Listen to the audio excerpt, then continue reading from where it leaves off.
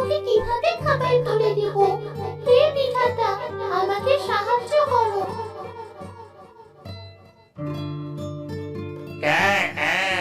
টনিবন, খাবারের সন্ধান পেয়েছো? আমার ছানাদের মুখে এখনো কোনো খাবার দিতে পারলাম না। আমার ছানারা ক্ষুধার কষ্টে কাঁদছে। কাক ভাই, আমিও তো খাবার খুঁজে বেড়াচ্ছি, কোথাও কোনো খাবারের সন্ধান তো পেলাম না। সত্যি এটা খুব দুর্ভাগ্যজনক। এভাবে জঙ্গলে খাবারের অভাব পড়লে আমরা সব পাখিরা তো না খেয়ে মরবো। ঠিকই বলেছ বোন। আমি আরো কিছুটা দূরে গিয়ে খাবার খুঁজে দেখি, যদি কোথাও খাবার খুঁজে পাওয়া যায়। যাও কাক ভাই, আমিও যাচ্ছি। টুনি উড়ে উড়ে জঙ্গল পেরিয়ে এক নদীর কাছে আসে আর দেখে কিছু একটা চকচক করছে। আরে, অদ্ভুত ব্যাপার তো। ওটা কি চকচক করছে? দেখি তো এগিয়ে। টুনি এগিয়ে দেখে সেখানে একটা ছোট আয়না পড়ে আছে। ও মা, এটা কি? এটা কার ছবি দেখা যাচ্ছে? এটা কি আমি? দেখি তো একটু নেড়ে। টুনি আয়নায় পাখা দিয়ে ঘষা দেয় আর তখনই এক পাখি দৈত্য সেই আয়না থেকে বেরিয়ে আসে। পাখি দৈত্যকে দেখে টুনি ভয় পেয়ে দূরে সরে যায়। বলুন মালকিন, কি হুকুম করবেন? কি চান আপনি? কে তোমার মালকিন? এসব কি বলছো? আর কে তুমি? আমি আপনার দাস মালকিন। আমি পাখি নিচে পুরন দৈত্য। আমি এই আয়নার ভেতরেই থাকি। এই আয়না যার কাছে থাকে আমি তারই দাস। এখন এই আয়না আপনার কাছে আছে, তাই আপনার হুকুম মেনে চলাই আমার দায়িত্ব। বলুন, আমি আপনাকে কি সাহায্য করতে পারি? তুমি আমার হুকুম মানবে? সত্যি বলছো? আমাকে আবার সাহায্যও করবে? আমি যা বলবো সব মেনে চলবে? মালকিন, আমি তো বললাম আমি আপনার দাস, তাই আপনার যা ইচ্ছে আপনি আমাকে সে হুকুমই করতে পারেন। আমার আর আমার ছানাদের জন্য খাবার এনে দাও। ওহ, এটুকুই ব্যাপার? জিঙ্গালালা, এই তো দেখুন চলে এসেছে খাবার। আরে বাহ, কিন্তু এই এত খাবার নিয়ে আমি বাড়িতে যাব কিভাবে? কি চিন্তা, আমি আছি তো। পাখি দৈত্য এমনটা বলে খাবার আর টুনিকে নিয়ে চলে আসে টুনির বাড়িতে। তুমি এসেছো? খাবার এনেছো মা? খুব খিদে পেয়েছে। এই দেখ বাচ্চারা, কত খাবার। নে, খেয়ে নে।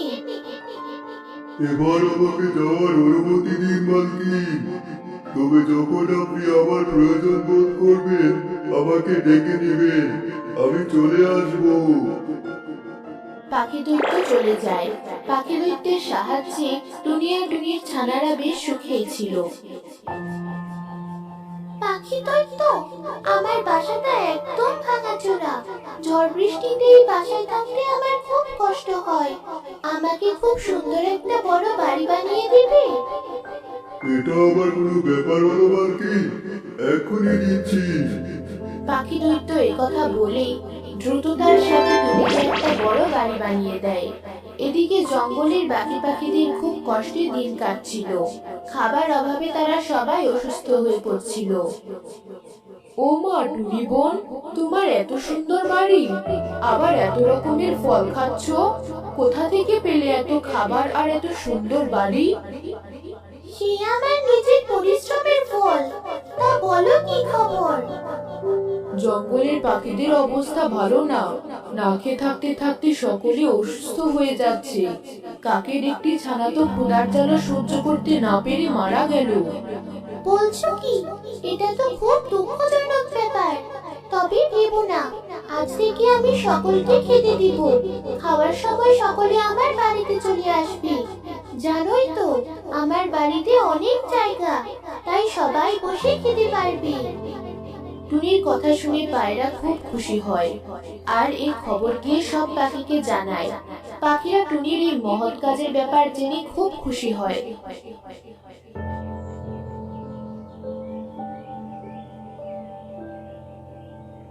পরিবার ছানাদের নিয়ে চলেই এলাম। শুনলাম আজ থেকে তুমি সকলকে খেতে দেবে। একদম ঠিক শুনেছ টিয়ে বোন, আজ থেকে তোমরা সকলে আমার বাড়িতেই খাবে। আন্টি, তোমার ছানাদের একটু আমাদের সাথে আসতে দাও না, আমরা একসাথে খেলবো। এখন কোনো খেলা নয় সোনা, আগে সকলে খাওয়া দাওয়া করে নি। টিয়ে, কাক, বাজ, চিল, শালিক সকলে টুনির বাড়িতে পেট ভরে খাওয়া দাওয়া করতে থাকে। তোমাদের সকলকে দাওয়াত করে খাওয়াতে পেরে আমি খুব খুশি। প্রার্থনা করো যতদিন না পর্যন্ত জঙ্গলে খাবারের অভাব শেষ হয়, ততদিন পর্যন্ত আমি যেন তোমাদের প্রতিদিন এভাবে খাওয়াতে পারি। সবকিছু ভালোই চলছিল। সব পাখিরা প্রতিদিন টুনির বাড়িতে এসে খাবার খেত আর টুনির গুণগান গাইতো। কিন্তু একদিন চিল ভাইয়া, একটা ব্যাপার লক্ষ্য করেছো? কি ব্যাপার? আমরা সবাই মিলে সারাদিন ঘুরেও এখানে খাবারের ব্যবস্থা করতে পারি না, সেখানে টুনি এত ছোট্ট একটা পাখি হয়ে এত এত খাবার প্রতিদিন জোগাড় করে। এত খাবার আসলে সে কোথায় পায়? এত ভেবে আমার কি লাভ? বসে বসে মুখের কাছে খাবার পাচ্ছি, এর চেয়ে আর বড় সুখ কি বা হতে পারে? তারপরেও চিল ভাইয়া, ব্যাপারটা রহস্যের। তাই থাকো না, এত গোয়েন্দা হবার দরকার কি শরীরে? যত সব, এখন কানের কাছে ফ্যান ফ্যান না করে আমাকে শান্তিতে খেতে দাও তো। কাক চিলের ধমক খেয়ে চুপ হয়ে যায়, কিন্তু সে মনে মনে ঠিক করে এই রহস্যের সমাধান সে করেই ছাড়বে। তাই সব পাখি খাওয়া শেষে টুনির বাড়ি থেকে চলে গেলেও সে গাছের আড়ালে লুকিয়ে থাকে।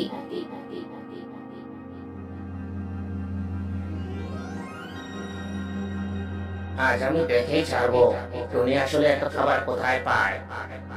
কাক গাছের ফাঁকে লুকিয়ে লুকিয়ে দেখে টুনি নিজের জাদুর আয়নায় ভাষা দিতেই একটা পাখি দৈত্য বেরিয়ে আসে, আর সেই পাখি দৈত্যই টুনির আদেশ মতো অনেক খাবার এনে দেয়।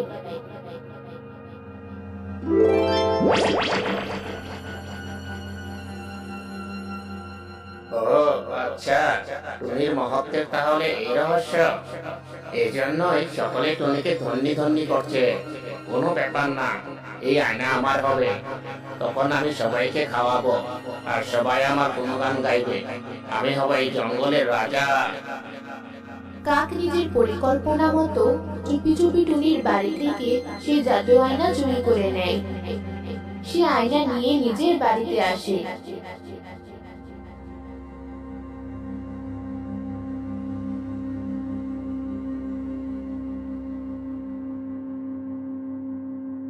বাহ, আমার তো আর তর্স হচ্ছে না। এখনই পাখি দৈত্যকে আহ্বান করে হুকুম দেব আমি।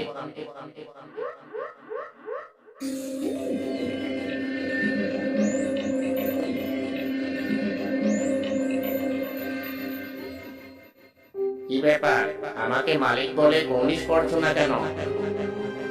পুলিশ করবো তোকে? তুই তো চোর। তুই টুনি মালিকিনের থেকে জাদু আয়না চুরি করেছিস, আজ তোকে শাস্তি পেতে হবে। না না, এটা কি বলছো? আমি তো শুনেছি জাদু আয়না যার কাছে থাকে উনি তারই দাস। তুই যা শুনেছিস আমি তাই করছি। আমি টুনি মালিকিনেরই দাস। কিন্তু জাদু আয়না তো আমার কাছে। শোন তাহলে, পাখি দৈত্য, তোমাকে আমি আরো একটি হুকুম দিচ্ছি।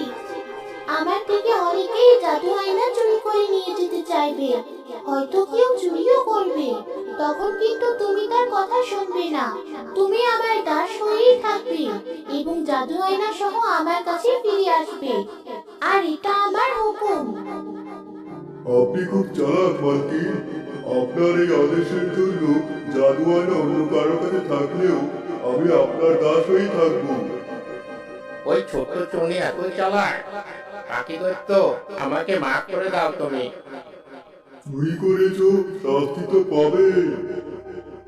দৈত্য নিজের শক্তি দিয়ে কাককে আগুনে পুড়িয়ে মেরে ফেলে আর জাদু আয়না নিয়ে টুনির বাড়িতে ফিরে আসে। যেখানে টুনি জাদু আয়না রেখেছিল সেখানেই জাদু আয়না আগের মতোই রয়ে যায়। এদিকে টুনি জানতেও পারে না যে এর মধ্যে এত কিছু ঘটে গেছে। বিকেল গড়িয়ে সন্ধে হয়ে এলো, এখনই তো সব পাখিরা খেতে আসবে। যাই, পাখি দৈত্যকে ডেকে খাবারের ব্যবস্থা করি। টুনি এভাবে জাদু আয়নার সাহায্যে সব পাখিদের নিয়ে জঙ্গলে সুখী শান্তিতে খেয়ে দিয়ে বেঁচে থাকে এবং পরবর্তীতে টুনির মহত্বে সবাই খুশি হয়ে টুনিকে জঙ্গলের রানী বানিয়ে দেয়।